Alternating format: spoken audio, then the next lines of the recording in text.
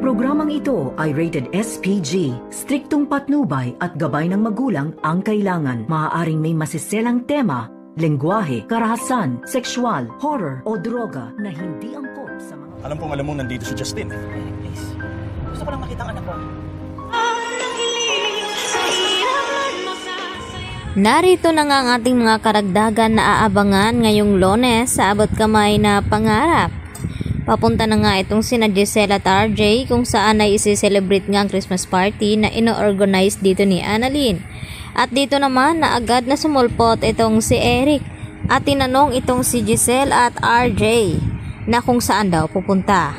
At dito nga na sinabi ni Giselle kay Eric na gusto lamang daw niyang makita at makasama ang kanyang anak bago babalik sa US. At dito naman na sinabi ni Eric kina Giselle at RJ na alam naman daw ni Giselle na ayaw siyang makita ng kanyang anak na si Justin. At sana raw ay wag sisirain ni Giselle ang party ng mga bata kasi mas kawawa ito. At nagtaka itong si Giselle at RJ na maya-maya ay sinabi ni Eric kay Giselle na sige na puntahan mo na ang iyong anak. At hindi na nga nagtagal itong si Giselle ay agad na pumunta doon. At naabutan ni Giselle na nagsasayaw na nga itong sina Annalyn at itong si Justin. At habang nagsasayaw ang dalawa ay palihim naman itong si Giselle na kumukuha ng video dito nga sa kanyang anak na si Justin. At kahit sa malayo ay talagang tuwang-tuwa naman na tinitingnan dito ni Giselle ang kanyang anak. At maya-maya pa ay nagsidatingan na rin ang ibang mga bisita. Sa kabilang banda ay nakidalo din itong si Lynette at itong si Harry dito nga sa selebrasyon ng party ng mga bata. At nang matapos nga ang selebrasyon, dito naman na masinsina na kinausap ni Harry itong si Annalyn at ibinigay itong kanyang regalo para dito kay Annalyn. Dahil nakakalimutan daw niya noon na magbigay ng regalo. At nandun nga itong si Naldo Clinton Javier at ang buong mga kaibigan ni Annalyn. Samantala, napanood naman nila Nars Karen at Nars Evan atong video na pinost ni Moira na masaya daw nagbabakasyon ang mga ito.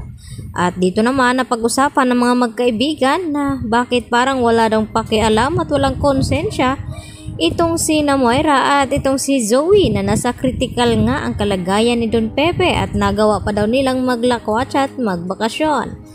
At ipinakita nga nila dito kay Annalyn ang larawan nila Zoe at Moira. At dito nagtaka itong si Justin na kung bakit okay lang kay Annalyn na pakitunguhan at maging mabait dito kay Zoe. At dito na sinagot ni Annalyn ang tanong ni Justin sa kanya na pinapakitunguhan ni Annalyn itong si Zoe dahil magkapatid sila at kahit anong ang mangyari. Ayun pa rin kahit mataray at suplada itong si Zoe ay talagang pinapakitunguhan ni Annalyn ng mabuti itong si Zoe sa pagkakaalam na siya nga ang anak sa labas. At dahil hindi pa nila alam na itong si Annalyn ang tunay na anak dito ni RJ. At unti-unti naman nakakalimutan na dito ni Lynette itong trauma ng kanyang nararanasan nung ito'y pinasok ng mga magnanakaw ang bahay ni Carlos dahil sa tulong na rin ng mga mangbubuti ay talagang sinubukan ni Lynette na harapin ito. At binigyan niya pa nga ng mga regalo at ipinagtataka ni Carlos na kung bakit may mga lalaki sa labas kaya agad na sinugod ni Carlos ang mga ito at pati nga itong si Aling Susan ay nakisali na rin sa akala na binugbog nga itong si Carlos at talaga namang inawat ito ni Lynette.